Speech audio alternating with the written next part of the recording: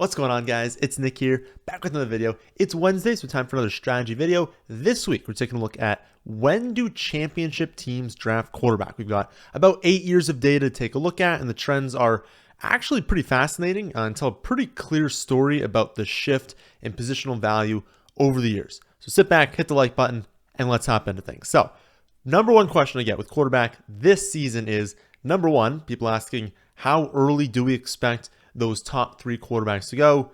Josh Allen, Jalen Hurts, Patrick Mahomes. Everyone has that trio at the top. Basically, how early are they going? And how early is too early? Where should they be going? And then if you don't hit on those players, when's the best range to draft quarterback beyond that? First part of this question can be answered by current ADPs on Underdog. Mahomes, Hurts, Allen, all being taken in that 19 to 23 range. It was a little bit earlier before. It was more like consistently going 18 through 20, moving a little bit closer to third round. My guess is that continues a little bit. And so on Underdog, around that round 2-3 turn is where they'll end up. And then if you look at Fantasy Pros ECR, which I view as like a proxy for where the industry is going to be on average, you can't really look at like ESPN Yahoo right now. They're ranked 32nd to 36. So more that mid to back half of the third round. My guess is that those both converge a little bit. So again, Underdog, you'd be taking them late second into that early third round. I think in normal redraft leagues, you're typically going to be looking at a mid third round pick come August when everyone is drafting. We're being super competitive in these leagues. Mid third round is where they're going to go. So is that right? Is that where they should be going? If you've been following the channel for a while, you know we've discussed obviously quarterback every single season. We've discussed the changes at the position, and we've discussed opportunity cost at length. And we've specifically talked about the first 2 rounds being extremely important for skill positions, seeing a significantly higher success rate in the first 2 rounds at running back, wide receiver, and tight end, a drop off into rounds 3 and 4, and then a nosedive into rounds 5, 6, 7, 8 beyond that. But really those first 2 rounds are so important for skill positions because they come at such a high success rate compared to all of the rounds, and they come with the highest ceilings, right? It's not just that we're finding success and getting running back 2s, it's that we're finding a very high rate of high-end running back 1s as well. So even given the success of early round quarterbacks over the last few years, I maintain that in a normal redraft league, 1 quarterback, not super flex, the third round is the first time that I would be willing to take a quarterback. Again, I think the opportunity cost is a little bit too high if you're looking in the middle of the second round trying to attack quarterback. Then you're going to get one of the big 3. They're going to be very good, but you are missing out on significant cost at these other positions, and that opportunity cost is just a little bit too high. But what's fascinating is how success has really changed over the years. The answer to that question, 2015 through 2020 has been very, very easy, being who's even thinking about taking quarterback that early, even going for the top 3, including the third round. It has been incredibly suboptimal. Again, 2015 through 2020, incredibly suboptimal to take a quarterback in the top 3 rounds. Not just because those quarterbacks have been bad. If you look back, it's not that high-end quarterbacks are busting, but if you look back to the most recent we can remember, you've got 2020, Mahomes and Lamar. I mean, Mahomes had 40 touchdowns and 6 interceptions. Lamar ran for 1,000 yards. They had good seasons, but the mid and late quarterbacks also did really well, and the gap between the high end and the low end wasn't as wide. And so when that happens, you're going to get, that opportunity cost that you missed. If it's not giving you a huge difference, it's really not working out to provide championship teams. But the shift is over the last 2 years, it's been a little bit different. The top 3 quarterbacks in back-to-back seasons have dominated. And that's now 2 consecutive seasons where taking quarterback in the top 3 rounds has not been very suboptimal. It's been optimal. It has been a benefit to your team to draft a quarterback that early after many, many years in a row not being the case. And it's not just that. We've also seen mid-round quarterbacks been higher in success rate. They were kind of up and down over the years. It was never like super bad taking mid-round quarterback, but there had been years where it was like, a 10% positive, 10% negative. But now, 3 straight seasons, you've seen a higher win rate over expectation by taking a mid-round quarterback. And I'll post the graphic somewhere on the screen right now. For those of you listening on the podcast, it is also on the website, and I have it for every single position, not just quarterback. It's a quarterback video. I'm only going to show the quarterback one right now. But what I'm showing is championship rate over expectation for every season since 2015, depending on the quarterback strategy you implemented.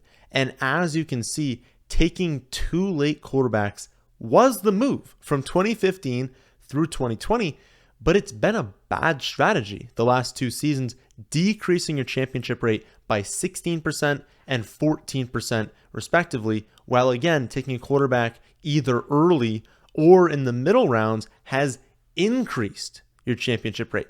And I think it goes back to what I said a second ago, like the gap between the high end and the streaming options, because that's basically what you're saying by taking quarterback late is maybe I hit, maybe I get a league winner, but if I don't, I'm either kind of rolling with this player or I'm streaming the quarterback position. So I view, the late round quarterbacks as streaming, how successful that is. The gap between that high end and streaming used to be not that much. Now it's getting wider and wider. You've got years like, 2019 when, we were all in on drafting Lamar Jackson in the double-digit rounds. That obviously is going to lead to a very high success rate in taking a quarterback in the later rounds. But in recent years, we haven't necessarily had that just like, clear player that is obviously being undervalued. And we've also got this influx of young, very athletic quarterbacks on truly elite offenses to where they're not only displaying very high season-long ceilings, but their weekly ceiling is incredible. Ceilings that we honestly didn't see, 4, 5, 6 years ago, or at least that like a lot of quarterbacks didn't have. You'd have those scores where it was like, Brady would put up 350 yards, 4 touchdowns, score in the upper 30s for fantasy. And it might not seem like a lot, but the fact that we now have some quarterbacks capable of over 40, like even if you have Brady score 37 to have your opponent score 42, 43, like we're seeing with Justin Fields, Lamar Jackson last season, where they can score, 4 or 5 touchdowns while also running for 100 yards. Having someone like Jalen Hurts who could throw for 300 yards, but also run for 4 touchdowns in a game. Just players that have this mobility. We've seen such a spike in that in recent years that if you can hit, it's not a guarantee that all of them, of course, are going to hit in a season, but if you can hit on those players, again, it's not only the weekly ceiling, it's the season-long ceiling. Like everything has been super high for those players. But it's not only just that. Another thing is that like streaming hasn't really worked the last 2 years because there's been kind of a drop-off after the high end. Like if we're looking at, the back half of quarterback ones into quarterback twos, they've been producing worse in the last few seasons. The appeal again used to be that like someone would spend a bunch of draft capital at quarterback, but maybe you could stream, get 20 to 22 fantasy points per game, get destroyed in a few weeks when you go up against really good quarterbacks. But if the gap wasn't there, if most opponents are putting up like, 25, 27, and you were still able to get, 20, 22, 23, it wasn't that much of a gap. But guess how many quarterbacks scored over 35 fantasy points last season? It was only 13, with only 7 of them scoring over 35. In 2021, it was the exact same. 13 scored over 30, 7 scored over 35.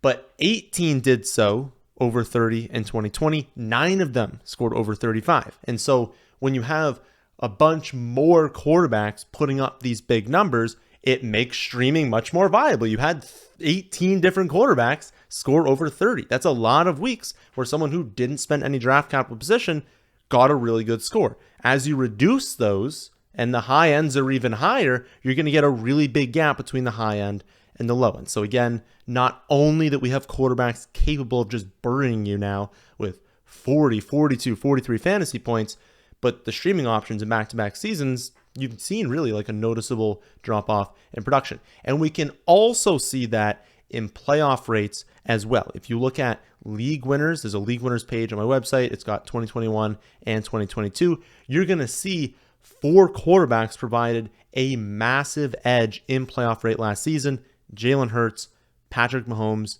Josh Allen, and Joe Burrow. Every single other quarterback that you drafted decreased your chance of winning a championship or making the playoffs if you kept them. One thing that was pretty interesting to note, though, is trading high on quarterback, very, very optimal. So if you look at that page, the 4 I just mentioned, Mahomes, Hurts, Allen, Burrow, if you drafted those players and kept them, your playoff rate was awesome. Like, you were probably making the playoffs if that happened. If you drafted and kept anyone else, it was a decrease. It was a negative effect on your team. But for almost every quarterback, people who were able to draft them and then trade them away after a good performance all saw an increase to their playoff rate. So kind of an interesting thing to note. You never ever want to be drafting players with the intention of trading them. Just something to keep in the back of your mind as we work towards the season. If you have a quarterback that you don't necessarily think is going to finish, in the top 3, but it's coming off really good games, pretty much always optimal to trade them away. But anyways, I think another data point is important to consider, and that's teams that drafted Hurts, Allen, Mahomes. Remember the league winners last season. They made the playoffs at a higher rate than teams that acquired Justin Fields and Trevor Lawrence, even off of free agency, which is effectively for free. Like Fields, Lawrence, they were the 2 most valuable quarterback adds last season. They maybe started off a little bit slow, but towards the end of the season, were performing really, really well in fantasy. And so teams that were able to add them for free, that's really awesome, right? No draft capital spent on these players, but they're outproducing a lot of other quarterbacks that people spent mid-round picks on. And yet, even with that, even being free, drafting Allen, Hurts, Mahomes in the early rounds, even spending that draft capital, it was still more optimal to take them. Teams that took them had a higher playoff rate than teams that added Fields, added Trevor Lawrence. And that's what gives me confidence in taking them early moving forward. Hitting on a late quarterback, a late round quarterback, hitting on a quarterback on free agency, it seems easy looking back. Like looking back, it's like, oh, Justin Fields was on free agency. He can run for 150 yards and multiple touchdowns. Of course, he was going to be a league winner. But it's still difficult to predict that sort of thing happening, right? I mean, it certainly wasn't easy to see it coming when he had 8 completions over the first 3 weeks, had 2 total passing touchdowns through week 4, a 3-game stretch with 0 total passing touchdowns. Like, it's easy to look back on these players that hit in free agency in the later rounds. It's not easy to do so when you're actually drafting, when you're actually in season. And so when you do hit on these players, you expect it to be insanely valuable. And so when it's still even less valuable than just taking the elite quarterbacks that we know are going to be awesome early, then the right move is probably just to be like, listen, I'm probably not going to hit in the later rounds, or I'm going to hit at a low rate anyways. Just bite the bullet and take some of these studs early, especially since the only player that, could have like a 2019 Lamar Jackson season, because that's really like what you're looking for, right? I mean, in 2019, like if you drafted Lamar Jackson, you were making it to the championship. Like that just is what happens when you draft a late quarterback and they have one of the best seasons of all time. If you look at like this season, who could have a year like that? It's basically just Anthony Richardson, like a year, not necessarily like Richardson's going to be an MVP this season, but a year where it's like people weren't really expecting, at least some people weren't expecting Lamar to truly break out and be that amazing. Like, could Anthony Richardson also run for 1,000 yards and like 15 touchdowns and like break fantasy? Maybe. But even he isn't going as late as Lamar Jackson was. He's like the 10th quarterback off board, so you're not even getting him in the later round. So there's like really no one that's going late that we're anticipating being some like breakout this season. And so again, if it's difficult to do so, why would you not just take the early quarterback? So here's how I'm kind of seeing the quarterback position right now. You've got this elite trio, Jalen Hurts, Mahomes, Allen. They're all really good picks. If you want to take any of them in the third round, do so. I still don't think the second round is the best time to do it, but anywhere in the third round, totally fine taking them. Don't worry that it's too early. There is a drop off at the other positions in the third round. Do that. Then you've basically got a grouping of Joe Burrow, Lamar, and this isn't necessarily in any order, but it's Burrow, Lamar, Fields, Herbert, and Trevor Lawrence. You've got like 5 quarterbacks in that next range. Definitely a tier below the big 3. Definitely, I think at least a tier above everyone else. They should come off the board in generally the late 4th, but really like the 5th in the 6th round. A really, really good range for any one of those quarterbacks. If any of them are on the board, any of them become a value in that range, really, really optimal to also draft them. Then there's a drop off into like the mid-late rounders. You've got Deshaun Watson, Daniel Jones, Dak, Tua, Kirk Cousins, Geno Smith, Aaron Rodgers, and the upside of Anthony Richardson. All should be going in that like round 8 through 10 range. In my opinion, you should definitely have a quarterback before everyone just mentions off the board. Like, I don't think you should be missing out on all the quarterbacks I just mentioned and trying to double dip late this season. I just don't see there being some amazing breakout that enters the top 5, makes it all worth it. You should be taking one of the quarterbacks I just mentioned. And I think your lean should be towards the first 2 groups. It is incredibly likely that any sort of league-winning quarterback this season comes from that group, and maybe someone from that 3rd tier can break into that first 2 tiers. But the most likely outcome is, if we're looking at like the 5 most valuable quarterbacks in fantasy, I would put a lot on saying that at least 4 of them come from that top 8. And if that's the case, why not just pick from those players? And if you need any more convincing, I'll leave you with this. In back-to-back years now, if you look at the 15 most valuable players in all of fantasy in getting you into the playoffs, right? That's really how we should be kind of looking at value. Is if I drafted you, I kept you, did you get me into the playoffs? Did you get me a championship? If you look at the 15 most valuable players back-to-back seasons in both years, 4 of them were quarterbacks.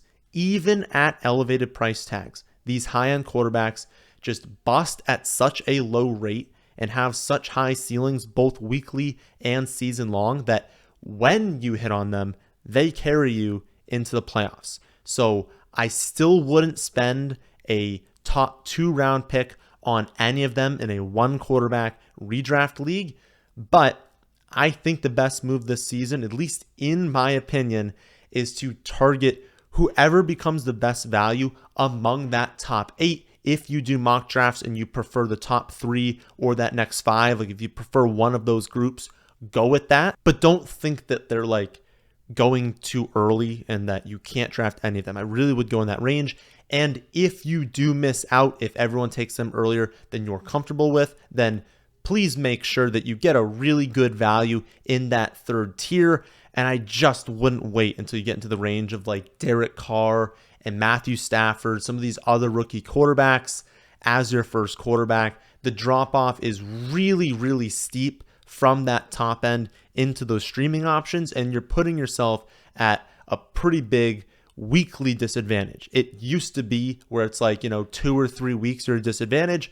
Now, because that drop-off is so big, you're looking at most matchups that you're playing against are going to be, again, I listed 8 really, really good quarterbacks. That means most weeks you're going up against a matchup where you're at an instant disadvantage. I don't think it's worth it. I personally would take one of the top 8. So that's how the quarterback position is looking this season. If you want to see more of the research I did into every position, then you can see all of that on my website, thefantasyfootballadvice.com. And if you want to see my exact rankings, projections for every single player, you can see that there as well. I'll be back tomorrow with a player breakdown. Friday, let's go over my favorite running backs this season. Saturday, let's go over the biggest ADP changes over the last 2 weeks, so make sure you're subscribed so you don't miss out on any of that. That, my friends, is this one. Hope you all enjoy. If you did, how about hitting the like button? How about subscribing to the channel if you're new here? Thanks for watching.